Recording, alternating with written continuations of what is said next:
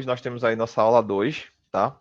Sejam todos bem-vindos a mais uma aula do curso de Portugal Studio. E aí a gente vai tentar passar alguns conceitos novos, dando continuidade à aula de ontem. Então, vamos ver aí como é que vai funcionar o curso para aqueles que estão começando hoje. E vamos ver quais são os conceitos que a gente vai analisar nesse dia de hoje, tá bom? Então, ó, nossa agenda para hoje. Então, nós temos aí algumas informações sobre a disciplina. Então, vou falar um pouquinho sobre como vai funcionar a disciplina para aqueles que estão começando hoje.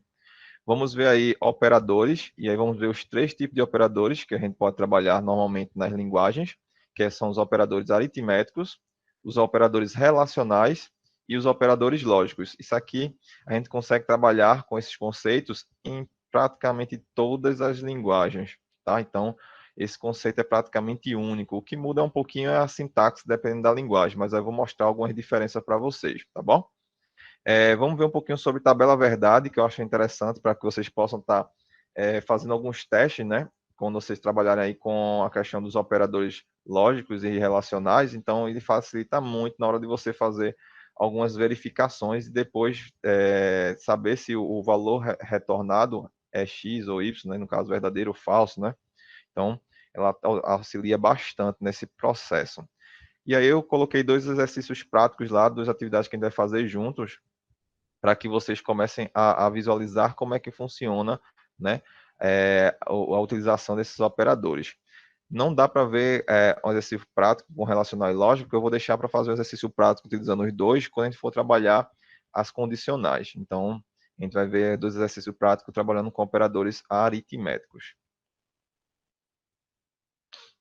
Então, ó, disciplina, como eu falei para vocês ontem, vou passar hoje de novo para aqueles que não estavam presentes. Então, a disciplina ela aborda os conceitos de lógica e de programação de computadores para a resolução de problemas através de uma sequência de instruções. E aí a gente vai trabalhar com a linguagem Portugal, né? É ela que vai dar a facilidade, o intermédio para que a gente possa estar trabalhando com variáveis, expressões, operadores e estruturas de decisão. Então, esse é o que a gente vai estudar durante esse curso até o dia de amanhã.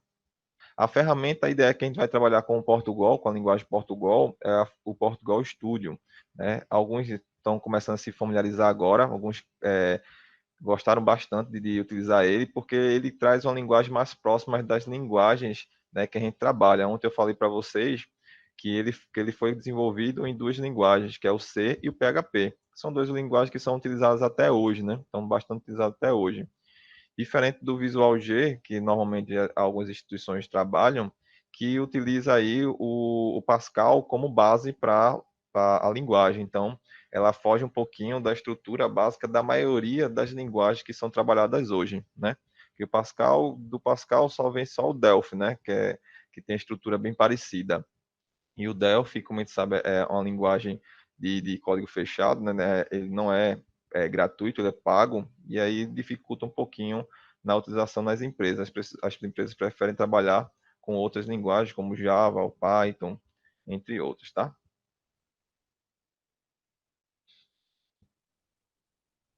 Vamos lá. Só um minutinho aqui, tá, pessoal?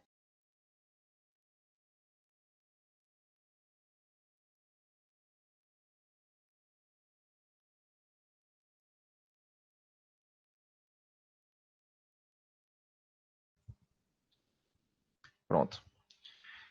Não sei o que aconteceu, pessoal. Me desculpe, porque o pessoal está tentando entrar e não está conseguindo. Aqui não está aparecendo para mim para liberar e então está aparecendo lá para eles que estão no aguardo da liberação. Mas aí a Andressa está tentando ver o que é que pode fazer para ajudar eles, tá bom? Então, de vez em quando eu vou estar dando umas paradinhas, mas é algo bem rapidinho, tá bom? Então, vamos lá. Orientações. A gente já sabe já que o curso é de 10 horas. Eu acho que vocês já viram lá quando eu passei para vocês essa informação nos grupos, né? Então, como é que funciona essas 10 horas? São 6 horas comigo, online. Então, a gente teve 2 horas ontem, 2 horas hoje, e aí vai ter mais 2 horas amanhã, e 4 horas de atividade prática. Então, eu vou estar disponibilizando para vocês uma atividade que vocês vão estar realizando, e aí, quando concluírem, até 15 dias, a gente vai estar enviando para vocês o certificado desse curso, tá bom? Essa atividade vai estar aonde? Sala Google, tá certo? Então, o estudante terá direito ao certificado após concluir, como eu falei para vocês, e postar as atividades em um prazo máximo de 5 dias. Infelizmente, eu não vou poder prolongar mais do que isso, porque eu estou com outras atribuições, estou com outros projetos, e aí eu não tenho como estar prorrogando cada vez mais. Então, 5 dias não entregou, infelizmente não recebe mais o certificado. Pode mandar para mim, eu posso até corrigir para nível de conhecimento, né? Só de prática mesmo. Mas para receber o certificado, vocês têm um prazo aí de 5 dias para me enviar, tá? Enviou, então, se você enviar daqui a 5 dias, eu tenho até 20 dias para entregar, que são mais 15 dias, tá certo? Só para a gente ficar entendendo, para vocês não ficarem aí na ansiedade de receber o certificado, né? Então, a gente dá esse prazo aí para poder se organizar e mandar para todos vocês, tá bom? Beleza. Quando a gente trabalha com operadores, entrando já no assunto, né, que a gente vai trabalhar hoje, nós temos aí alguns elementos, né? Então, são eles utilizados nas expressões matemáticas, lógicas e relacionais. A maioria dos operadores eles possuem a mesma representação na linguagem de programação. Então, em diversas linguagens, vocês vão ver que os operadores não mudam, tá? São idênticos. Algumas exceções de alguns operadores que podem mudar de uma linguagem para outra, mas a maioria dos operadores ele vai ser igual em todas as linguagens, tá? Esses três operadores são algo diferente ou novo para vocês? Vocês já ouviram falar sobre esses três operadores aritméticos, relacionais e lógicos? O que é que vocês me dizem? Vocês têm algum conhecimento nesses três? Alguém poderia dizer quem são esses três?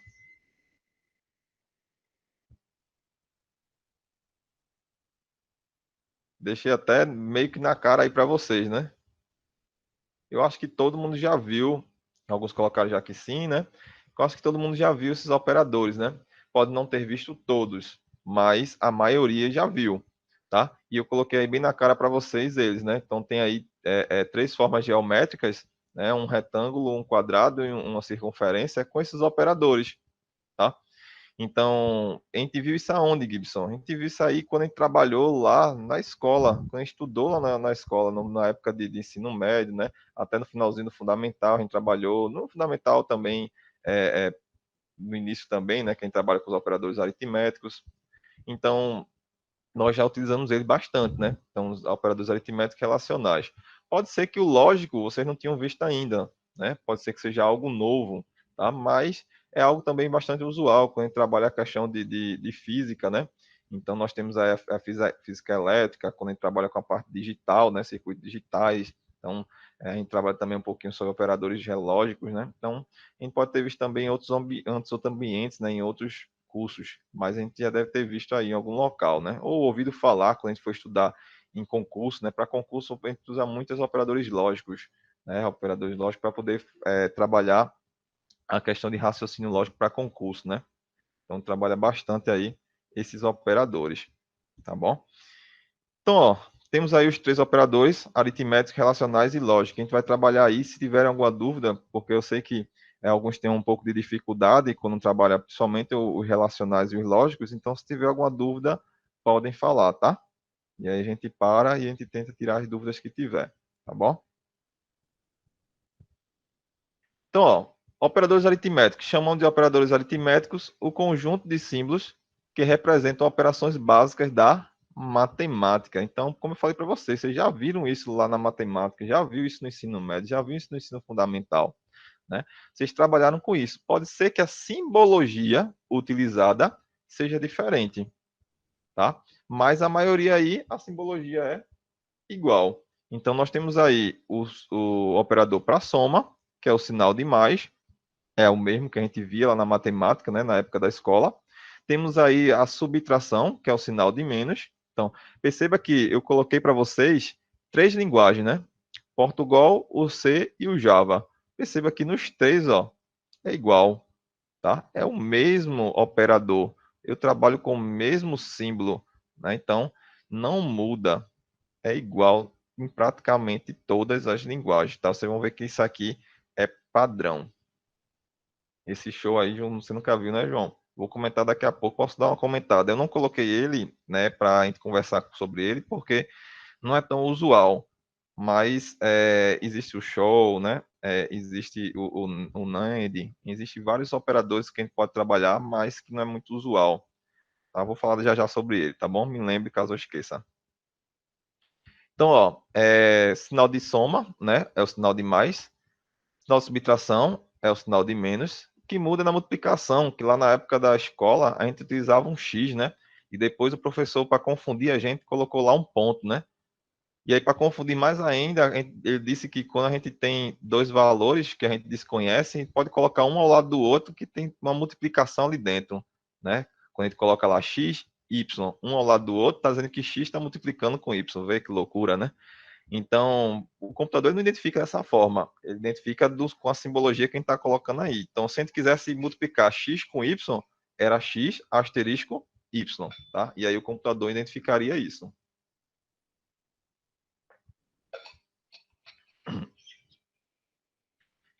Então, ó, nada de x, né? Então, se eu quisesse multiplicar 2 vezes 4, eu não vou colocar 2x4, né? Como a gente via lá na escola, né? A gente vai colocar 2 asterisco 4, tá? Então, a gente percebe que o computador identifica de uma forma um pouco diferente, né? E aí temos o da divisão, que também é um pouco diferente do que a gente trabalhava lá na escola, né? Aqui, para a gente dividir um valor, a gente coloca a barra, né?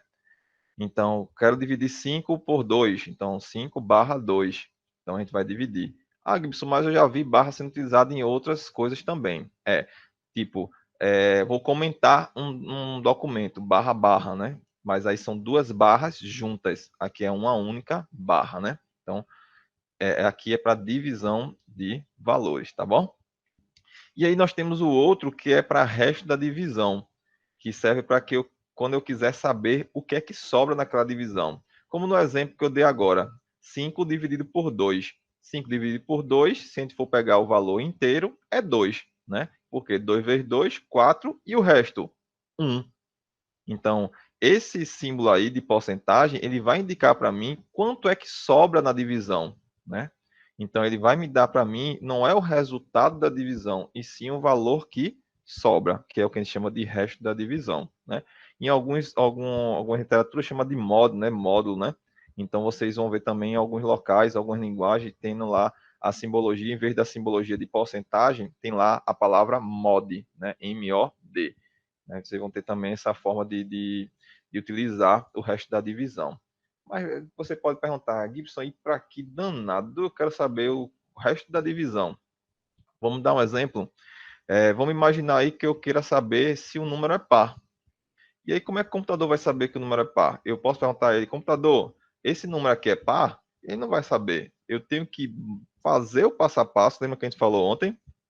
Demonstrar o passo a passo, dizer para o computador como ele vai saber que o número é par ou não, para que ele consiga me dar a resposta.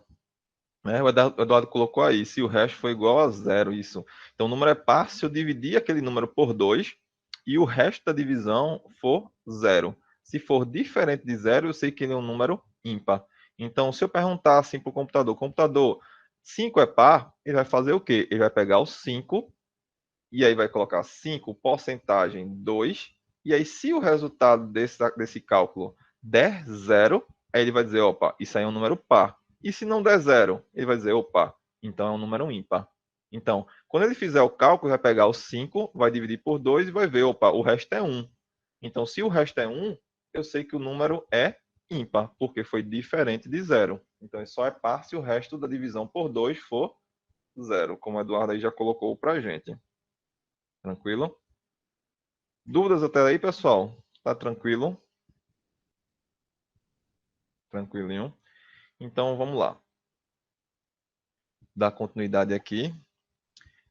E aí, o segundo operador, tá? E um dos mais importantes, né? Porque a gente tenta fazer com que nossos algoritmos sejam o mais autônomo possível, né?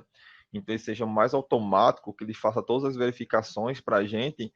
E aí, para isso, a gente precisa de dois operadores. Primeiro é o operador relacional, né? E o segundo, para auxiliar mais ainda, temos os operadores que a gente chama de operadores lógicos, tá? Então, para que a gente consiga trabalhar com as estruturas condicionais, estrutura de repetição, a gente utiliza bastante esses operadores. E aí, amanhã, quando a gente for trabalhar o nosso se, o se não e o escolha, a gente vai ver que esses operadores eles vão estar ajudando a gente na hora de fazer as comparações, né? Trazer um resultado de verdadeiro ou falso, tá? Então, os operadores relacionais, eles são utilizados para comparar valores, são eles que retornam valores de verdadeiro ou falso, e aí esse verdadeiro ou falso ele pode vir em outras formas, né? No Portugal ele vem a palavra mesmo, verdadeiro, e a palavra mesmo, falso, ele retorna esse valor. Já nas linguagens, nas outras linguagens, ele pode vir com true e false, que é a palavra em inglês, né? E pode vir também como 1 e 0, tá? Que é o valor de ligado e desligado, né? Que o nosso processador ele utiliza. Então ele pode vir também com 1 e 0. Então, true e false, verdadeiro e falso, e 1 e 0, tá? Então ele pode vir dessas três formas de representação, tranquilo? Então, o que acontece? Eu já coloquei para vocês os operadores, né, que a gente utiliza. Nós temos aí o sinal de maior, que é igual como a gente trabalhava lá na escola, quando a gente fazia comparações, né? Normalmente utilizava lá conjuntos, né? Se alguma coisa pertencia ou se era maior do que o outro, né? Um conjunto era maior do que o outro, né? A gente tinha essa utilização de operadores muito lá nesses estudos que tinha na matemática. E aí nós temos aí o mesmo símbolo. Perceba que o sinal de maior que é igual. E perceba que o sinal de maior que é igual nas três linguagens que eu coloquei para vocês, em Portugal, em C e Java. Eu nunca vi em nenhuma outra linguagem utilizar um sinal diferente que seja este, tá? Então, maior que é utilizado em praticamente todas as linguagens. Pode ser que alguma eu não conheça e seja um outro símbolo, né? Mas todas as que eu conheço são dessa forma. O menor que também todas as linguagens que eu conheço, a simbologia é esta que vocês estão vendo, tá? Então, menor que é essa simbologia que vocês estão visualizando aqui. E aí eu tenho o maior ou igual. Aí sim muda um pouquinho da época que a gente trabalhava na escola, né? Que aí tinha o sinal de maior que e um traço embaixo do maior que, né? Para simbolizar. Aqui, como a gente não tem essa simbologia, não existe isso aí, né? A gente coloca o sinal de maior e depois o sinal de igual. Então, eu estou dizendo para o meu computador que verifique se aquele valor é maior ou se aquele valor é igual. Então, ele vai fazer, perceba aí, dois testes, duas verificações, né? Então, quando eu uso essa simbologia, ele vai perguntar ao computador se ele é maior ou se ele é igual. Se o resultado disso aí for verdade, ele vai me retornar. Se for falso, ele vai me retornar. Tranquilo? Então, ó, menor ou igual. Também, eu não conheço nenhuma linguagem que trabalhe com outra simbologia. O que pode mudar é aqui, ó, tá? Em algumas linguagens, elas trabalham com a simbologia diferente dessa aqui, tá? Para representar o igual. Então, o igual aqui em Portugal, né? Trabalhando no Portugal Studio, né? Que é diferente um pouquinho lá do Visual G, é o símbolo de igual duas vezes. Então, se eu quero comparar se 5 é igual a 5, eu tenho que colocar 5 igual, igual, 5, tá? E aí, se eu quero comparar se 6 é igual a 10, eu boto 6 igual, igual a 10. Deixa eu abrir aqui um bloco de notas rapidinho para vocês verem como o que isso que eu estou dizendo, tá? Então, vamos imaginar aqui, deixa eu só formatar aqui um pouquinho maior, né? Colocar um pouquinho maior a fonte, para vocês visualizarem melhor.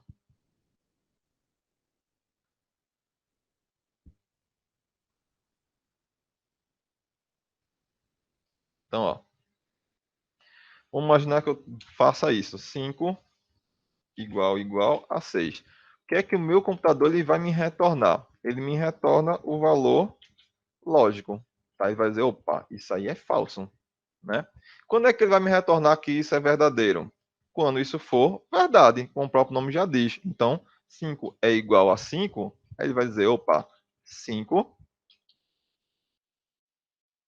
é verdadeiro, então é verdade, tá?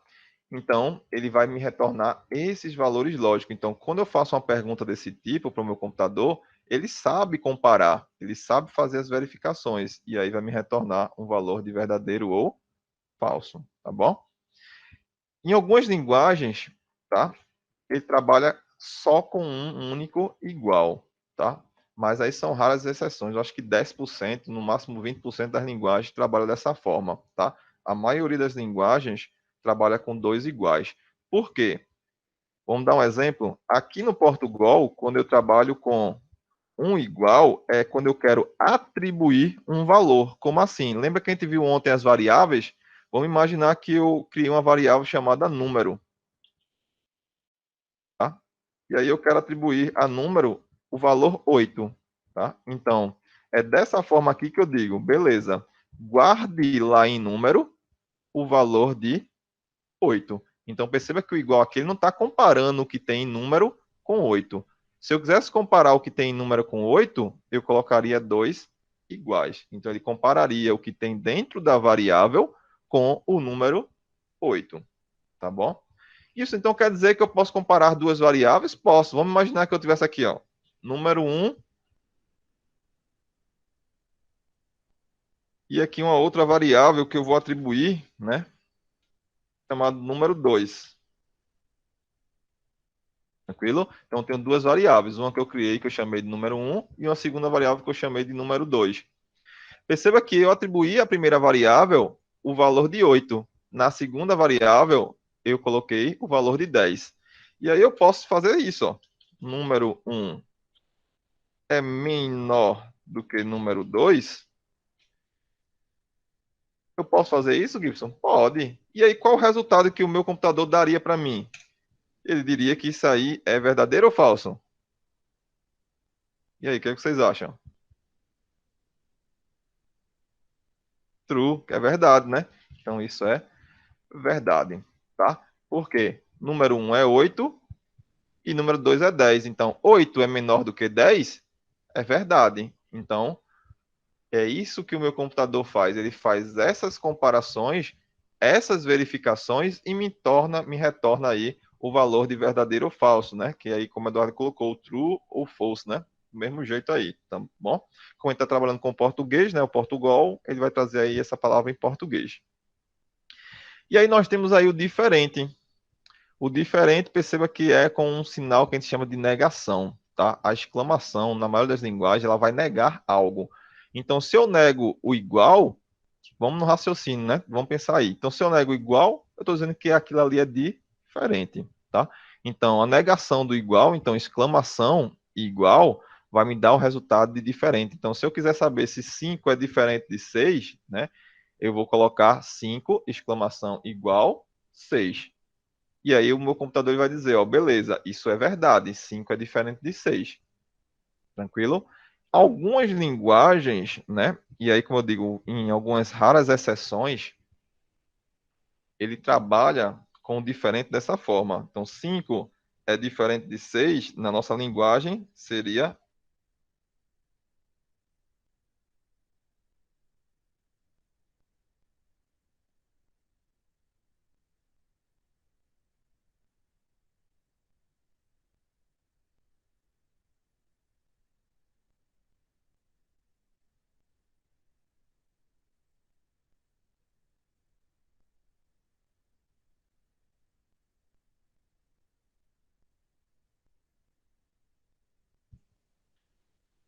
Então, pronto, voltei.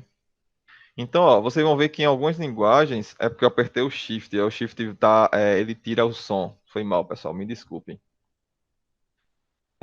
O que acontece? Então, em algumas linguagens vocês vão ver que a simbologia é essa. Não são todas as linguagens, tá?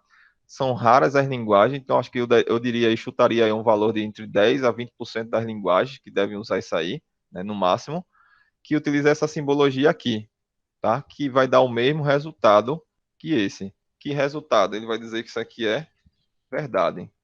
Aqui, do mesmo jeito, ele vai dizer que é verdade. Se eu não me engano, o Python, ele trabalha com as duas. Então, tanto faz você usar um como usar o outro. Tranquilo? Vocês colocaram aí.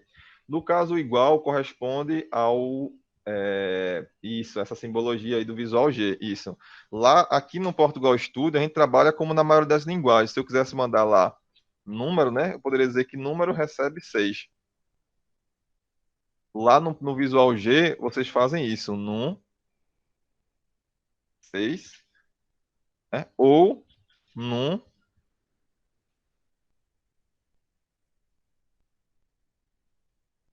6, tá?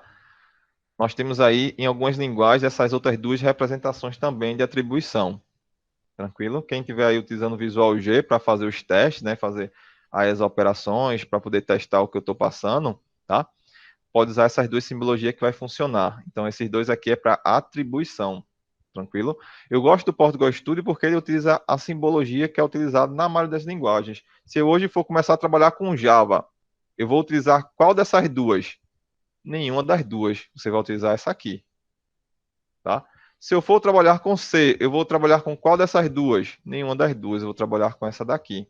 Então, eu gosto de trabalhar com a simbologia, né, com a linguagem para a lógica de programação, que a gente vai utilizar na maioria das linguagens, porque aí amanhã vocês querem fazer um curso de Java, querem fazer um curso de C++, de C Sharp, ou seja lá qual for, vocês vão ver aí que a simbologia é essa, tá? Então, vocês vão conseguir lembrar. Eita, lá no Portugal, o professor Gibson mostrou que é dessa forma. Então, eu lembro e vou utilizar lá que vai funcionar. Ele falou que funcionava e vai funcionar. Tá bom? Tranquilo, pessoal? Dúvidas até aí? Então, ó, esses aqui são os operadores relacionais. E aí vamos passar agora para os operadores lógicos. Esse aqui eu preciso que vocês prestem bastante atenção, tá? Por quê? Nesses operadores aí, não tem meio que uma lógica para a gente aprender eles. A gente precisa realmente decorar a regra que ele vai nos passar. Então, através da regra, é que a gente vai saber qual desses operadores que a gente vai utilizar, tá bom? Então, nós temos aí o operador que eu coloquei, o i, o ou e o não. Mas, Gibson, tem o show ali em cima, o show, né, como vocês podem chamar. Esse operador existe? Existe. Não existe só nem esses quatro, existem muitos outros, tá? Mas que, normalmente, a gente só trabalha com esses três, tá?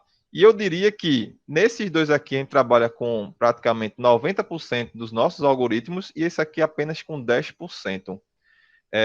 Eu, particularmente, Gibson, nunca utilizei esse não, tá? Mas eu já vi em projetos, tá? Que utilizam esse não. Então, esse não eu gosto de mostrar porque pode ser que em algum momento, em algum projeto seu, você diga, eita, é interessante aqui colocar o não, tá? E eu já sei como é que faz. O professor Gibson mostrou. Tranquilo? Esses outros aqui, o show, o NAND, entre outros, na verdade são negações desses dois carinhas aqui, tá? A gente pode negar o i e o ou. Tranquilo? Então, existe negação dele, existe várias outras regras além dessa que eu mostrei para vocês. Normalmente, a gente trabalha com todos os operadores e o pessoal que vai fazer concurso, né? E aí vocês veem lá nas apostilas, nas videoaulas ou naqueles cursos que vocês fazem em algumas instituições, todos os operadores. Então, tem mais do que esses, tá? Não tem só quatro, não. Tem mais operadores. Então, vocês podem trabalhar. Não só nisso também, pessoal que trabalha com eita, fugiu agora. Circuito lógico, tá? Pessoal de eletrônica que trabalha com circuito lógico também trabalha com outros operadores além desses três que eu estou mostrando.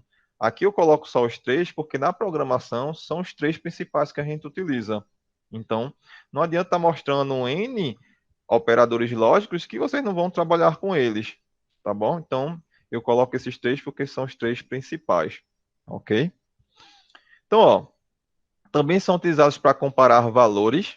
Então, quando eu utilizo um operador lógico, eu comparo valores. A diferença entre comparações lógicas e relacionais está na forma como os seus operadores avaliam seus operandos. Como assim? Eu consigo fazer mais de uma comparação e depois de fazer todas as comparações, o meu algoritmo ele vai me retornar um resultado de verdadeiro ou falso, tá? Então, eu consigo avaliar várias situações, e aí, depois de eu avaliar várias situações, é que o meu algoritmo vai dizer se é verdade ou se é falsa aquela condição que eu quero para o meu algoritmo. Então, essa avaliação ela também resulta, como está aí no slide, em verdadeiro ou falso. Tá bom? Exemplo, vou mostrar daqui a pouco para vocês, não se preocupem, ok? Coloquei aí como é que funciona nos três. tá? Então, eu tenho no Portugal o operador I, né? A palavra I mesmo, a letra I, tá? Em Java e em C, eu tenho o que a gente chama de E comercial, tá? Então, a simbologia que vocês vão ver lá em Java e em C é um pouco diferente do que a gente trabalha no Portugal, tá? Gibson, mas em alguma linguagem mais usual, utiliza também um operador escrito mesmo, do jeito que está aí? Tem um exemplo disso aí, o Python, o Delphi, tá? Tem alguns desses aí que eu trabalho, em vez de trabalhar com essa simbologia, eu trabalho com o I, só que não é o I, né, a letra E, propriamente dita, é o I em inglês, end, tá? E a mesma coisa acontece com o OU, tá? A gente tem a simbologia que é utilizada no Java, no C e em outras linguagens, e aí você vai ver que tem algumas linguagens que trabalham com o OR, o OU em inglês, né? O OR, né? Então, a gente vai também trabalhar também dessa forma. Mas a regra muda? Não, a regra é a mesma. Você aprendeu a regra do I, do OU e do não, você vai ver que a regra é igual para todas as linguagens, tá bom? Qual é a regra? Tá? Coloquei aí para vocês que só será verdadeiro, então será verdadeiro o resultado se somente se na comparação todos os valores forem verdadeiros, tá? Então eu tenho 10 comparações e aí tenho o i separando essas comparações. Como é que eu vou saber se é verdade ou não? Só vai ser verdade, como eu disse aí na regra, se todas as comparações retornarem valores verdadeiros. E o ou, como é que funciona? Perceba que o ou, aí sim eu tenho uma dicasinha para passar para vocês, é que o ou, ele é o contrário do i. Então, o primeiro não é verdadeiro somente se todos forem verdade. No ou é só colocar na cabeça que ele é verdadeiro, né? Desculpa, ele é falso se somente todos forem falsos, tá? Então perceba que no i só é verdadeiro se todos forem verdade. No ou ele só é falso se todos forem falso. E aí tem uma segunda regra, caso você não queira utilizar essa, que algumas literaturas, alguns professores colocam, né? Para ser falso no i, basta eu ter um resultado falso.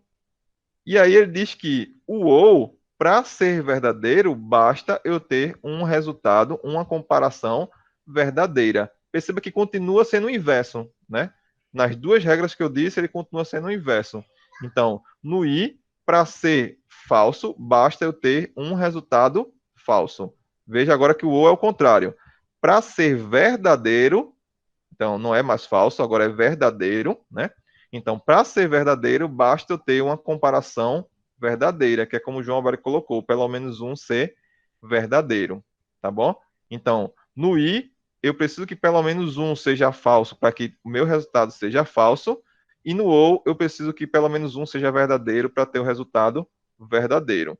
Ah, Gibson, não gostei dessa regra, não. Quero utilizar outra regra. Então, no i, todos têm que ser verdadeiros para que ele me dê um resultado verdadeiro. O ou é o contrário, então não é verdadeiro. Então vamos mudar para falso. Então, no ou, para ser falso, todos têm que ser falso. Então, todos os resultados, eles têm que me retornar o resultado falso. Então, perceba que um é o inverso do outro, independente da regra que eu escolha, né? E aí, qual a regra eu escolho? Você decide. Você é que vê aí qual é que você vai aprender e vai conseguir decorar. Eu já tenho, tanto dar essa aula, eu já tenho isso aí na cabeça, as duas regras. Mas aí você vai escolher qual é que você acha que é mais fácil de você decorar, né? De você fixar isso aí na mente. Tá bom? E o não? Ele inverte tudo que você fizer, tá? Ele é uma negação. Lembra aí que eu falei para vocês? Olha o sinal de exclamação ali aparecendo, ó, tá? Então ele é uma negação. O que é verdade vai se tornar falso e o que é falso se torna verdadeiro. Então ele inverte a expressão, ele inverte o meu valor, tá? Então ele transforma aquilo ali. Ah, Gibson, você quer dar um exemplo de como utilizar esses operadores? Vou dar um exemplo bem fácil que vocês utilizam quase que todos os dias, né, que vão entrar num sistema, né, que vão entrar num site ou qualquer coisa do tipo, né? Vocês utilizam esses operadores aí. Vamos ver aqui, ó. Login e senha. A maioria dos sistemas, para você entrar, você tem que colocar, né, o login e o senha. Um exemplo aí, você para entrar aí no e-mail de vocês, você vai ter que colocar o seu e-mail, que é o seu login, e a sua senha que você cadastrou, para você ter acesso, para que ninguém, né, possa ter acesso além de você. Só você sabe sua senha, então só você consegue acessar. E aí você vem aqui, beleza, login e senha. Vamos imaginar que meu login seja Gibson. Vamos imaginar que minha senha seja 1, 2, 3, 4, 5. Uma senha super difícil, né? E aí vamos imaginar que eu tenho esses dois dados aí. Quando eu for lá para o meu algoritmo, eu vou perguntar: login é igual a Gibson?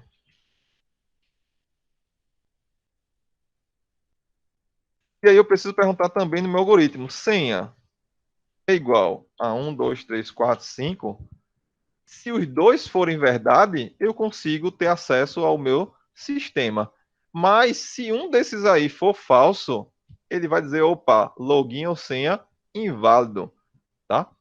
E aí, como é que o meu sistema ele faz isso? Como é que ele testa os dois ao mesmo tempo? Ele vai perguntar um e depois perguntar o outro? Não.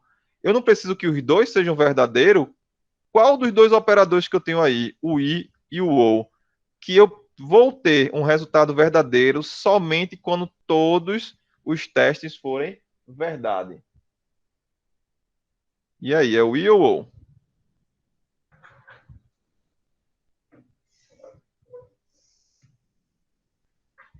Isso, é o i, né? Como o João Alberto colocou aí também, né? A outra simbologia também tá certo, tá? Então, se eu quero que ele só me retorne verdade se os dois forem verdade, então eu venho aqui, ó, e posso trocar, em vez de fazer duas perguntas separadamente, e colocar aqui. Deixa eu abrir mais um pouquinho aqui. Pronto, dessa forma aqui. Então, o meu algoritmo vai perguntar: login é igual a Gibson? E senha é igual a 1, 2, 3, 4, 5? Se isso for verdade e isso também for verdade, ele vai entrar no meu sistema. Mas vamos dizer que sem querer eu coloquei assim, Gibson, um M. Ele vai me retornar verdadeiro ou falso? O que é que vocês imaginam? Vai me retornar verdade ou vai me retornar falso? Isso, vai me retornar falso, porque eu tenho um aqui, ó, ele vai verificar, isso aqui é igual a isso? Não é. Então, falso. Isso aqui é igual a isso? É verdadeiro. Mas lembra da regra? Os dois têm que ser verdadeiro para poder eu ter o resultado verdadeiro. Então ele vai dizer, opa, você digitou aí o login ou a senha incorreto. Então você não tem acesso aí ao sistema. Vamos imaginar um outro caso. Tá aqui Gibson, tá aqui senha. E aí, sem querer, o meu programador fez isso. O que é que vai acontecer no meu sistema? Será que ele vai conseguir ter acesso? Você imagina que Gibson vai conseguir acessar? Vai conseguir acessar, né?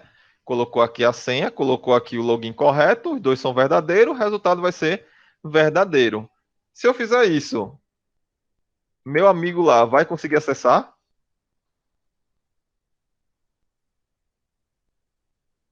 Vai conseguir acessar também. Por que ele vai conseguir acessar também? Lembra do ou? Qual é a regra do ou? Que será verdadeiro se pelo menos um dos dois forem verdade. Então, eu tenho senha sendo verdade? Tenho. Eu tenho login verdade? Não, é falso. Mas no ou eu disse que se eu tiver pelo menos um, ele entra. Então, se ele comparou a senha e a senha existe, então ele vai lá e vai entrar. E se eu fizer o contrário? Aqui é verdadeiro, mas aí minha senha eu troquei esse valor aqui por esse, tá? Deixa eu colocar aqui assim. Então eu troquei minha senha. Perceba que a senha aqui é 1, 2, 3, 4, 5 e botei 1, 5, 3, 4, 5. Ele vai entrar ainda? Vai continuar dando um resultado? Vai conseguir entrar no sistema? Isso, ele vai continuar entrando no sistema. E aí vem uma coisa que o Marco colocou aí, e alguns colocados aí, né? É, acho que foi o Marcos, não, foi outra pessoa, mas ele rolou aqui, eu vi só o nome de Marcos. Mas aí o que foi que acontece aqui no sistema? Aqui ele vai dar um erro que a gente chama de erro de lógica. Lembra que a gente falou ontem? Então, ele vai funcionar, o meu algoritmo ele vai rodar, a minha IDE não vai dizer para mim que isso está errado, que para ele está certo, ele não compara, ele não faz verificação, ele não diz para mim quando eu estiver errando de forma lógica, quem tem que verificar isso sou eu, tá? Então eu que tenho que fazer os testes necessários para verificar se existe ou não um erro de lógica. Ele vai dizer sim, se eu fizer isso aqui. Se o meu algoritmo fizer isso, né? Então, eu tirar as aspas de um texto, ele vai dizer, opa, você colocou um texto ali e não identificou com aspas. Aí vai dar um erro de sintaxe. Aí sim, o algoritmo ele vai dizer para mim que tem um erro. A IDE vai me informar.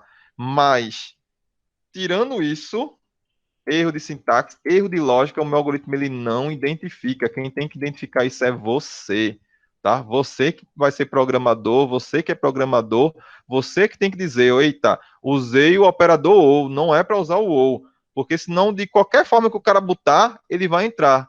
Basta eu ter pelo menos um ali verdadeiro. Então, se eu souber do login de Gibson, posso colocar qualquer senha aí que ele vai entrar, né? E isso vai dar um problema muito grande lá na frente, um resultado de conflito aí, como foi falado aí por vocês, tá? Então eu tenho que saber que aqui é um operador I. Tranquilo? Deu para entender a diferença dos dois? Eu gosto de usar esse exemplo porque dá para trabalhar os dois, né? E aí a gente entende muito bem os dois operadores, tá bom? Tranquilo? Beleza. Então vamos dar continuidade. E aí eu tenho um carinha que auxilia na hora de eu fazer, né, a verificação disso aí que eu falei para vocês, para saber se realmente o resultado final é aquilo que eu quero, tá? E aí eu construo o que a gente chama de tabela verdade, né, para fazer comparações lógicas possíveis. Então, vamos imaginar que eu tenho aqui duas expressões, né, como tinha antes, né? Voltando lá para o. Cadê? Eu fechei, foi? Deixa eu ver aqui, fechei não. Então, aqui, ó, eu tenho duas expressões. Tenho minha primeira expressão, minha segunda expressão. Eu tenho o que a gente chama aqui de primeiro teste, segundo teste, primeira verificação, segunda verificação. E aí eu poderia utilizar a tabela verdade para ver todas as possibilidades que ele vai me retornar, tá? Então, se eu tiver aqui verdadeiro e tiver aqui falso, se eu tiver aqui falso e tiver aqui verdadeiro, se eu tiver aqui verdadeiro e aqui verdadeiro, se eu tiver aqui falso e aqui falso. Então, através da tabela verdade, eu vou ver todas as possibilidades e aí eu vou fazer a análise se meu raciocínio lógico está correto. Então, interessante de vocês utilizarem ela é para isso. Porque muita gente diz, ah, que negócio chato, quando eu estou estudando, o professor vem com essa história de tabela verdade, não serve para nada, serve, tá? Na hora de você fazer o seu teste de mesa, você pode construir aí as proposições, que a gente chama, tá? E aí, através dessas proposições, você verificar se o seu algoritmo está lhe retornando o valor correto, tá? Então é isso para isso que serve. Eu acho que falta só alguns professores passar essa informação para vocês. É dizer que a tabela verdade ela vai lhe auxiliar nesse momento, né? Não é apenas uma ferramenta por ferramenta, porque eu tenho que aprender, né? Não, não é porque você tem que aprender, é porque ela vai lhe auxiliar lá na frente, tá bom? Então, ó, tabela verdade é um dispositivo utilizado no estudo de lógica matemática. Com o uso dessa tabela é possível definir o valor lógico de uma proposição. Proposição, na verdade, é uma expressão daquela que eu mostrei para vocês. Pode ser ali o login igual a um valor, né? É possível definir o valor lógico de uma proposição, isto é, saber quando uma sentença é verdadeira ou é falsa. Em lógica, as proposições representam pensamentos completos e indicam afirmações de fatos ou ideias, né? Que a gente já conversou lá, Aristóteles, né? Aquele estudo todinho de raciocínio lógico, de lógica, né? E tudo mais, tá bom? Então, ela foi criada para fazer essas verificações. Para quem trabalha com concurso, né? Quem é concurseiro, isso aí é ótimo, né? Aprender isso aí pode saber que vai ajudar bastante lá na hora de fazer a prova, né? Isso ajuda bastante, né? Principalmente na prova de raciocínio lógico. Quem trabalha com proposições, né? Então, ó, tabela verdade. Eu tenho aqui minha primeira proposição, minha segunda proposição. A gente pode imaginar isso aqui sendo o primeiro teste que a gente fez lá no exemplo, segundo teste que a gente vai fazer lá no exemplo. E o que é que eu faço na tabela verdade? Eu boto todas as possibilidades para esses dois valores, tá? Que seria sendo os dois verdadeiro, então, primeiro teste, verdade, segundo teste, verdade. Qual a segunda possibilidade? Primeiro teste, verdadeiro, segundo teste, sendo falso, pode ocorrer. E aí a terceira possibilidade, falso, verdadeiro, e a quarta, falso, falso, tá? Gibson, e se eu tivesse três testes, tá? Duplique sair por dois, então teria 8 possibilidades. Se eu tivesse quatro, duplique por dois de novo, então 8 vezes 2, 16 possibilidades, tá? Então 16 interações entre as proposições. Então, aprendendo com dois, né? Com duas proposições, é só ir duplicando isso aqui. Então, a gente vai fazer verdadeiro, verdadeiro, se tivesse três, era verdadeiro de novo. Aí, verdadeiro, verdadeiro, falso, né? Então, a gente ia colocar todas as possibilidades, tá certo? Então, aqui eu tenho 4 possibilidades de interação entre as duas proposições. Então, eu tenho verdadeiro e verdadeiro, verdadeiro e falso. Perceba que agora é o inverso, ó, falso e verdadeiro. E esse aqui é o inverso do primeiro, falso e falso, tá? Então, eu tenho 4 possibilidades. E aí, o que é que eu faço agora? É você testar com aquele operador que você está utilizando. Não é necessário construir toda a tabela verdade com todos os operadores. Se você está utilizando a negação, é só você negar, não precisa colocar os outros. Se você está utilizando o operador ou, é só você colocar e verificar quais são os resultados que o algoritmo tem que lhe dar. Tá bom? Então, ó, negação de P, então, da primeira proposição, é só inverter. Eu disse a vocês, é só inverter o valor. Então, o que é verdadeiro vira falso, ó. Então, ó, eu tenho P que é verdadeiro, se eu neguei ele, ele vai virar falso. Eu tenho P sendo verdadeiro de novo, neguei ele, ele vira falso. Eu tenho P sendo falso, quando eu nego ele, ele vira verdadeiro. Então, se eu tenho P falso, ele vai se transformar em verdadeiro. Do mesmo jeito, se eu tivesse uma negação no meu algoritmo lá, para o quê? Que é a segunda proposição, o segundo teste lógico que eu estou fazendo. Então, verdadeiro vira falso, falso vira verdadeiro, verdadeiro vira falso e falso vira verdadeiro. Gibson, eu já vi em alguns locais a ordem diferente, não importa. Essa ordem aqui eu poderia colocar verdadeiro, verdadeiro, falso, falso, verdadeiro, falso, falso, verdadeiro. O que importa é você ter todas as 4 possibilidades, tá bom? Então, em duas proposições eu tenho 4 possibilidades de resultado. Beleza, Gibson, mas não é negação que eu quero, não. Tá? Eu utilizei lá o operador OU no meu algoritmo. Tá? Então, eu quero verificar se ele está me retornando o valor que eu quero.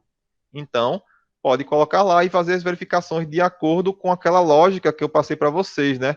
Com aquela estrutura que eu passei para vocês, com aquela regra que eu passei para vocês. Então, ó, se eu tenho um valor verdadeiro em P e um valor verdadeiro em Q, no OU a gente viu que se os dois forem verdades, né, tiver pelo menos um verdadeiro, ele vai ser verdadeiro. E viu que no I, o único momento que ele é verdadeiro é quando os dois forem verdade, que é o que aconteceu aqui, ó. Verdade, verdade. E o que é que aconteceu também lá no nosso exemplo, lembra? No exemplo do login. Então, vocês foram lá e viram lá que no login a gente só teve verdade no I quando o login foi aquele que eu guardei e a senha foi aquela que eu guardei, tá? Então, verdadeiro, verdadeiro, no ou e no i, tendo os dois verdadeiros, ele vai me retornar verdade. E aí voltamos para aquela regra, ó. Quando eu tenho verdadeiro e falso, tá? Como é que funciona? No ou, quando eu tenho pelo menos um verdadeiro, ele vai ser verdade. E no i, é aquela regra que eu passei para vocês. Se eu tiver pelo menos um falso, o meu resultado ele vai ser falso. Mesma coisa aqui, eu só inverti os valores, mas a regra não mudou, tá? Ele é falso e verdadeiro. Tem pelo menos um verdadeiro? Tenho. Então, no ou ele vai ser verdadeiro. Tenho pelo menos um falso aqui nos dois? Tenho. Então, no i ele vai ser falso. Percebe aquela regra que a gente fez sendo aplicada aqui na tabela verdade? Então, ó, no i e no ou, quando eu tenho dois falsos, o que é que acontece? Tanto no i como no ou, ele vai ser falso, tá? Então, perceba que tendo os dois verdadeiro, é verdade para os dois. Tendo os dois falso, é falso para os dois. O que muda é quando eu tenho os dois valores diferentes. Aí eu tenho que ir para a regra. E aí qual é a regra? Tenho pelo menos um verdadeiro, no ou ele vai dar verdade. Tendo pelo menos um falso, no i ele vai dar falso, que é um o inverso do outro, tá? É colocar essa regrinha na cabeça. Às vezes a gente fica, caramba, é muita informação, mas praticando, construa uma tabela verdade, depois tente colocar aí essa tabela verdade com mais proposições, aumente essa tabela aí, bote 3, tá? E depois veja se você consegue aí colocar todos os valores, né? Bota aí PQ e bota outra letra aí, X, Y ou qualquer outra letra, tá? PQR, pode ser também, tá? Para seguir. Então, coloque outros valores e aí faça uma tabela maior, teste, né? Faça as verificações e aí logo logo isso vai estar na sua mente, como está na minha também. De tanto eu fazer, minha mente ela já fixou. Então, pode apagar isso aí e botar para eu fazer que eu construo essa tabela verdade de olho fechado, tá bom? Então, aos poucos vocês vão fazer a mesma coisa. Tranquilo? E isso é bom para quem pensa aí fazer aí também a parte de eletrônica, porque quando você for ver eletrônica digital, vocês vão construir bastante essas tabelinhas, viu?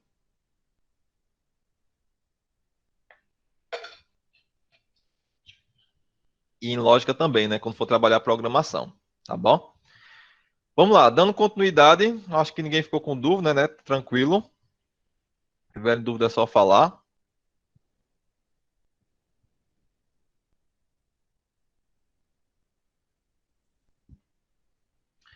Então, ó, coloquei aqui dois exemplos para a gente trabalhar. Eu não vou utilizar dessa forma aqui, não. Vamos fazer juntos, tá? Então, o que é que ele diz aqui? Algoritmo que recebe dois números e ao final apresenta o resultado das quatro operações fundamentais, tá? Então, eu vou receber do meu teclado como valor de entrada dois números e ao final ele vai me dar aí o resultado das quatro operações. Tá aqui o meu Portugal Studio. A gente já viu que para criar um novo arquivo, eu venho aqui, novo. Ele dá como exemplo o Olá Mundo, né? Mas eu posso apagar aqui o Olá Mundo. Tranquilo? E aí vamos construir o nosso algoritmo juntos, tá? Eu gosto de sempre organizar dessa forma. Não gosto como tá no padrão, não. Eu gosto de deixar assim. Mas funciona do mesmo jeito, tá, pessoal? É questão minha mesmo, é questão minha de organização. Eu gosto de botar a chave aqui do lado, tá? Mas vai de cada um, certo? Como do mesmo jeito, eu gosto de trabalhar com o fundo branco, né? Alguns mudam aí as características da IDE para ficar com o fundo preto, né? Mas eu gosto de trabalhar dessa forma, tá? Então, ó, preciso de dois números. Então, vamos declarar duas variáveis, né? Como ele não disse se era inteiro, se era real, ou ele disse, deixa eu até olhar, vamos voltar para lá. Algoritmo que recebe dois números, ele não disse se é inteiro, se é real. No exemplo aí está usando número real, mas a gente pode usar número inteiro sem problema nenhum, né? Então, inteiro, primeiro a gente coloca o tipo da variável, então o tipo vai ser guardado. Depois o nome da variável, então eu vou dizer aí que a primeira variável vai se chamar num, tá? Isso, eu posso colocar num e depois um número? Pode, não pode colocar o inverso. Primeiro o número, depois o texto, tá? Então eu posso dizer que a minha variável vai se chamar aí num 1. Eu posso fazer ou desta forma, separando inteiro, tá? Num 2, tá? Mas eu posso também declarar tudo numa linha só, não tem problema nenhum, certo? Eu posso vir aqui e jogar tudo numa linha só, que é o que normalmente a gente faz. A gente agrupa todos aqueles tipos, aquelas variáveis do mesmo tipo, tá bom? Não precisa declarar separadamente, não. Então eu tenho duas variáveis declaradas, e aí qual é o meu próximo passo? É receber esses valores, que é o número um e o número 2. Então eu vou dar uma mensagem para o usuário saber o que eu quero. Então eu vou estar aqui, digite o primeiro número. Como é um texto, né, ele vai estar entre aspas, e aí vai solicitar que o usuário digite o primeiro número. Então vai ser uma mensagem que vai ser mostrada para o usuário. E agora eu vou guardar na minha variável. E a gente viu que um comando de entrada, né, é o leia. E aí, número 1. Guardei o primeiro número. Qual é o próximo passo? guardar o segundo. Como é a mesma coisa, não tenha medo de copiar e colar, não. Copio, colo e vou mudar só o que eu quero. Digito o primeiro número? Não. Vou aqui e mudo. Digito o segundo número. É número um que eu vou guardar? Não. É número 2. Tá? Então eu tenho minhas duas variáveis armazenando os dois números. Vamos ver se ele guardou mesmo, ver se está funcionando. Venho aqui, executo. E aí perceba que lá no console já apareceu aqui, ó. Digite o primeiro número. Então eu vou digitar aqui, 12. E aí o console agora está mostrando uma segunda mensagem para mim. Digite o segundo número. E aí eu vou colocar aqui 62. Ele não deu nenhum erro, então provavelmente ele guardou os dois números nas duas variáveis. Tá bom? Beleza. Tem os dois números guardados nas variáveis. O que é que eu tenho que fazer agora? Mostrar o resultado das quatro operações. Vamos fazer diferente do que está lá no exemplo, porque aí vocês ficam com dois exemplos diferentes, né? Vocês vão ver aqui comigo de uma forma e lá no slide que está disponível lá na sala Google, vocês vão ver a segunda forma. Tranquilo? Só lembrando, antes de continuar, por favor, entrem na sala Google e preencha o formulário de hoje, tá? O formulário de hoje eu vou colocar aqui para vocês logo antes que eu me esqueça, tá? Sala Google, tá aqui o link. E vou colocar aqui o formulário de hoje.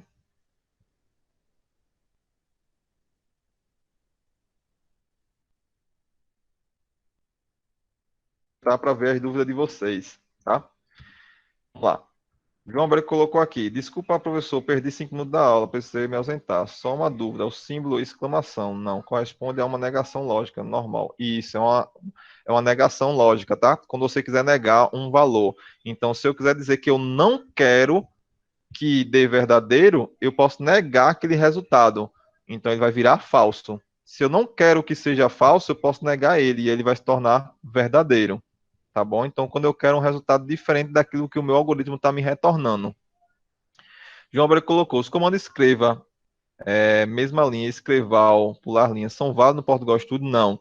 Se eu quiser pular uma linha, eu tenho que colocar o comando de barra invertida, que é o barra N. Tá certo? Tirei as dúvidas, se tiverem mais alguma, vocês dizem, tá? Eu só não coloquei aqui o barra invertida, e vocês estão vendo que ele pula uma linha, porque quando eu tenho o leia, ele automaticamente ele quebra uma linha, tá certo? Mas se eu não tivesse o leia, aí se eu quisesse que digite o primeiro número e depois na outra linha ficasse digite o segundo número e não tivesse o leia, aí eu teria que colocar o barra N para ele quebrar uma linha, tá ok? Que é o que normalmente a gente formata no Python, a gente formata em Java, né? A gente utiliza para formatação os comandos de barra invertida. Tranquilo? Beleza. Então, ó, digite o primeiro número, digite o segundo número. Guardei os dois números. Agora eu vou mostrar o resultado. Lá no exemplo que a gente fez lá e está lá no slide, eu fiz de forma, né, com que ele fizesse primeiro armazenando dentro de uma variável para cada resultado e aí depois escrevesse esse resultado das variáveis. Vamos fazer direto, né? Porque a gente já ganha tempo e já mostra o outro exemplo, para a gente ter tempo de fazer os dois e ainda ter tempo de tirar alguma dúvida. Então, ó, em vez de eu pegar uma variável e guardar cada um desses resultados, eu posso escrever já diretamente. Então, escreva, tá? A soma é, e aí eu posso fazer isso, ó, no 1 mais no 2. Tranquilo? Vamos ver se ele vai dar o resultado da soma. Então, ó, vou executar. E ele pediu aqui no console, tá? Digite o primeiro número, aí eu vou colocar aqui 41. E agora ele está pedindo o segundo número, digite o segundo número. E aí eu vou colocar 40. Então ele colocou, ó, a soma é 81. Então ele somou 41 com 40 e já me deu o resultado da soma. Eu não precisei pegar lá na minha memória, separar mais um espaço para poder fazer um cálculo simples desse. Se tivesse algo mais complexo ou que fosse ser utilizado várias vezes aquele resultado, beleza. A gente pega e constrói uma variável para poder, dentro dessa variável, guardar um valor. Mas aqui nesse exemplo eu não preciso, tá? É algo simples, eu posso já calcular e mostrar o resultado automaticamente. Então ele vai concatenar o texto que eu coloquei com o resultado da minha soma. Lembra lá os operadores aritméticos? Tá aqui, ó. No 1 mais no 2. E mesma coisa eu posso fazer para os outros. Então, eu posso vir aqui e fazer as outras operações. Então, escreva a subtração é. E aí eu posso vir aqui no 1 menos no 2 diretamente. Aí eu posso fazer a mesma coisa para multiplicação e divisão. Como eu não sou besta, né? Eu vou dar um Ctrl C, Ctrl V e mudar somente aquilo que eu quero. Então, aqui vai ser multiplicação. E aí eu troco o operador, de vez de ser o operador de mais, multiplicação a gente viu que é o asterisco. E aí eu vou colocar aqui divisão. E aí eu troco o sinal de menos pela barra para fazer a minha divisão, tá? Um simulador automático de valores. Eu não lembro se tem no Portugal Studio, João. Só olhando direitinho. Eu não lembro se tem, tá? Não vou dizer que sim nem que não, porque eu não lembro. Teria que dar uma olhadinha. Então, ó, tenho aqui os meus valores, tá? Número 1, número 2, e ele vai dar as 4 operações. De propósito, eu vou mostrar uma coisa para vocês, tá? Para você dizer, Gibson esqueceu. Não, não esqueci não, tá? Propositalmente eu vou dar esses 3 resultados dessa forma, tá bom? Então, ó, 25, meu primeiro número, e aí eu vou colocar 13. Vê o que aconteceu. A soma é 38, a subtração é 12, a multiplicação é 325, a divisão é 1. Perceberam que ficou tudo junto? Que até o Marco colocou aí. Precisa colocar o quê? Para pular a linha, como eu falei. Eu queria já fazer isso de propósito para você ver que eu preciso formatar aquilo que eu coloco, colocando barra N, isso mesmo. Então eu posso vir aqui, ó, barra N, barra N, barra N. Deixa eu tirar aqui esses espaços, porque senão esse espaço vai ficar lá, tá? Vamos ver agora o resultado, como é que vai ficar? Então, ó, 13, 2. Vê agora que o meu resultado, ó, ficou todo organizado, um abaixo do outro. Então, a soma é 15, a subtração é 11, a multiplicação é 26, a divisão é 6. Perceba que agora ficou um abaixo do outro. Tá? Então, o barra N é o que vocês têm lá no Portugal do Visual G, né? Que é o escreval. A gente não tem o escreval aqui. A gente precisa formatar ele manualmente, que é o que normalmente a gente faz nas outras linguagens. Por isso que eu gosto de trabalhar com o Portugal Studio, porque aí você vê como é que funciona, né? E aí ver que isso vai ser aplicado também em outros locais, tá bom? Então tem aqui o barra N. Muito estranho, né? O barra N dentro da string, né? Mas normalmente a gente formata assim, é dentro da string mesmo, dentro do texto, né?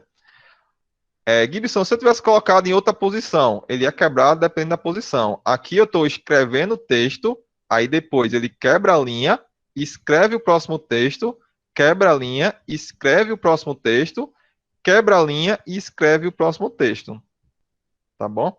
Então, dessa forma aqui que ele vai fazendo. Se eu colocasse em outro local, ele ia escrever de outra forma, tá? Então, dependendo do local que eu colocasse, ele vai formatar de forma diferente, tá bom?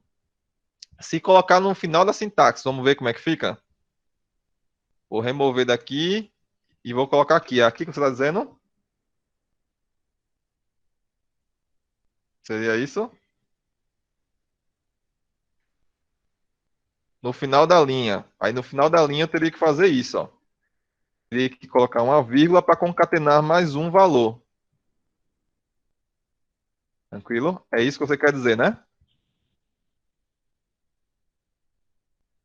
Pronto. Então teria que colocar mais uma vírgula para concatenar mais um valor, que seria o barra N, tá? Então vem aqui, ó, barra N, barra N. Aqui não precisa porque é o último, né? Mas vamos colocar também, tá? Só para a gente ver. Então vou executar, ó, colocar um número qualquer, 56, 2. Então, ó, mesmo resultado. A diferença foi que eu botei um barra N aqui no final, né? Então antes do programa finalizado, ele deu uma quebra de linha também. Estão percebendo aí? Então, o programa finalizado, ele deu uma quebra de linha aqui antes, tá bom? Por quê? Porque ele escreveu a soma e aí desse o resultado, quebrou uma linha. A soma 58, quebrou uma linha. A subtração e aí o resultado, quebrou uma linha. A subtração 54, quebrou uma linha. Tranquilo? Não, ele tem que estar dentro das aspas, tá, João Bérico?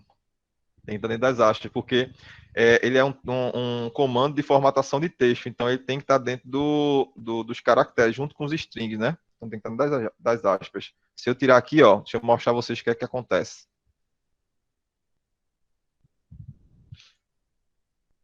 Se eu fizer isso, ó, ele dá erro. Ele acha que aquilo ali que eu escrevi é uma variável. Estão vendo? Ele acha que n é uma variável e ele não conhece essa variável, não declarei essa variável. Ele está dizendo o barra ali é uma expressão, e aí que não conhece essa expressão. Então, para que eu identifique que eu estou utilizando isso aí para formatar um texto, que eu estou dentro de um texto, eu tenho que colocar entre as aspas. Ah, fora do parênteses também não, tá? Porque o escreva, ele vai escrever tudo que está aqui dentro do parênteses. Se eu não me engano, no Visual Geo, você não é obrigatório utilizar o parênteses, né?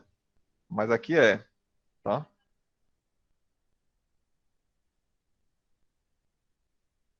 Tranquilo? Vamos ver rapidinho aí o segundo exemplo. Vamos ver se dá tempo de a gente fazer o segundo exemplo. O segundo exemplo ele diz assim: algoritmo que calcula a média aritmética de dois números do tipo inteiro, né? Então ele vai receber dois números e vai calcular a média, vai me retornar o valor da média. Mais uma vez, pessoal, por favor, não esquece de entrar na sala Google e preencher o formulário de hoje. Eu não vou passar o formulário no grupo, não, tá? Para evitar alguns tipos de transtorno, tá bom?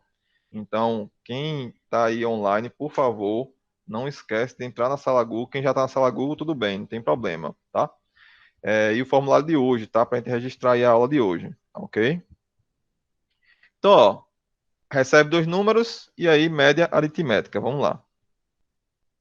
Vamos lá para Portugal. Vou apagar aqui. Vou deixar até aqui, né? Para que apagar tudo, né? Dois números já está aqui pronto, pô. Para que fazer de novo, Gibson? O algoritmo não muda, né? Então, tenho aqui o valor do tipo inteiro que ele pede, número um, número 2. Solicito o primeiro número, guardo na variável. Solicito o segundo número, guardo na variável, tá? O que é que falta agora? É eu calcular a média. E aí eu tenho duas formas de novo, né? Eu tenho aquela forma já fazendo o cálculo dentro da resposta, né? Então, dentro do escreva, ou separadamente. Vamos fazer agora separadamente, como está no exemplo, para a gente ver como é que seria. Aí a gente vê as duas formas, né? Então, eu poderia criar aqui, ó, uma variável, que eu posso chamar de média. E aí, após receber os dois números, eu fazer o cálculo e atribuir a média. Lembra do comando de atribuição? O igual. Então, média, igual. Então, média recebe número um mais número 2 dividido por 2. Não é assim que a gente calcula a média? Não, né? É como que a gente calcula a média. Tá faltando o quê?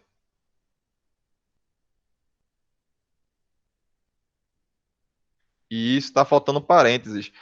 Lembre-se que o computador, ele trabalha da mesma forma que a matemática funciona, tá? Então ele sabe a regra matemática.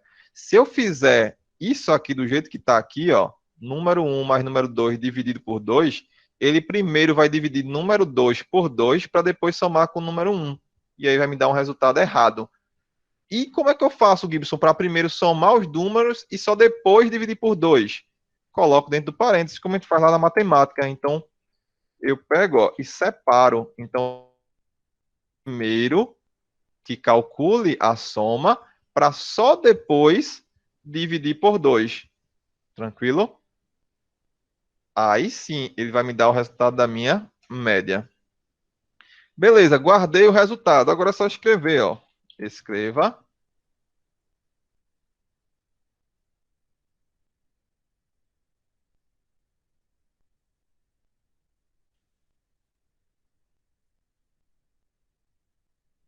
E aí eu coloco aqui, ó, a variável que eu guardei o resultado, que foi média. Tranquilo? Então, ele vai lá, calcula, guarda em média, e agora é só escrever o que tem dentro de média. Vamos ver se está funcionando. Então, ó, digite o primeiro número. Vamos imaginar aí que seja uma nota, né? Então, nota 8.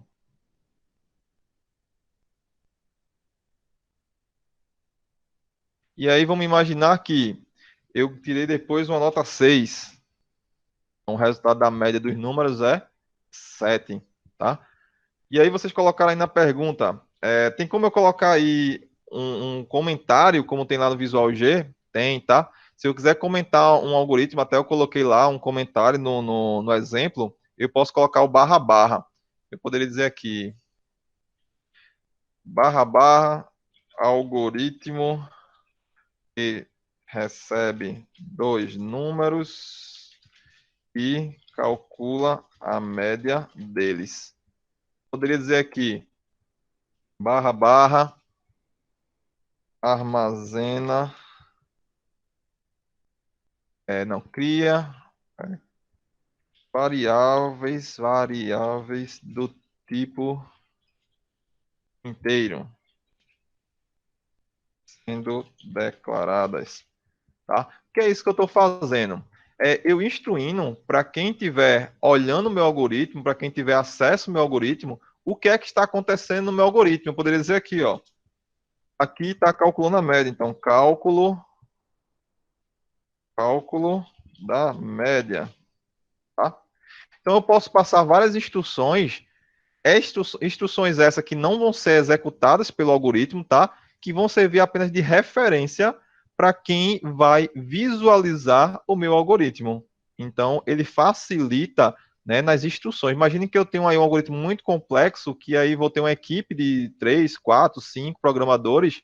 Como é que eles vão saber o que está acontecendo dentro do algoritmo, se várias pessoas estão construindo aquele mesmo algoritmo juntos? Então, poderia colocar alguns comentários explicando alguma coisa lá dentro, né? Então, poderia ser feito algo desse tipo. Tranquilo? O Dado colocou, interessante em Portugal é que dá para fazer barra asterisco e asterisco barra para mais de uma linha, porque no Visual G só rola linha por linha. Tem como eu fazer também aqui, né? Eu não lembro se funciona, mas vamos testar aqui. No Portugal Studio, colocar o barra asterisco, e isso aí também comenta, ó, tá? Que é o comentário que a gente chama de bloco. Então, poderia fazer aqui um bloco. Então, ter vários textos, né? Então, este algoritmo termina aqui. E aí, se eu tivesse uma outra linha, ó, eu posso continuar. Ó. Algoritmo construído na aula 02. Então, veja que é interessante esse tipo de comentário, porque aí eu posso colocar várias informações em várias linhas, né? E aí tudo aquilo ali fica comentado. Isso. Porque o Visual G, ele meio que parou no tempo, né? Poucas instituições continuaram utilizando ele por questões aí de sintaxe dele, né? Então, tem muita coisa que ele não pegou. E fora que a questão também do uso dele, né? Anterior, com linguagens mais antigas, né? Que é o Portugal, desculpe. O Pascal, né? Então, essa aqui é uma linguagem mais nova, né? Já vem aí do C e do PHP, é uma linguagem mais usual, né? Então, ele traz algumas características deles, tá? Então, por isso que ele tem algumas coisas a mais. Tranquilo? Beleza, pessoal? Mais dúvidas?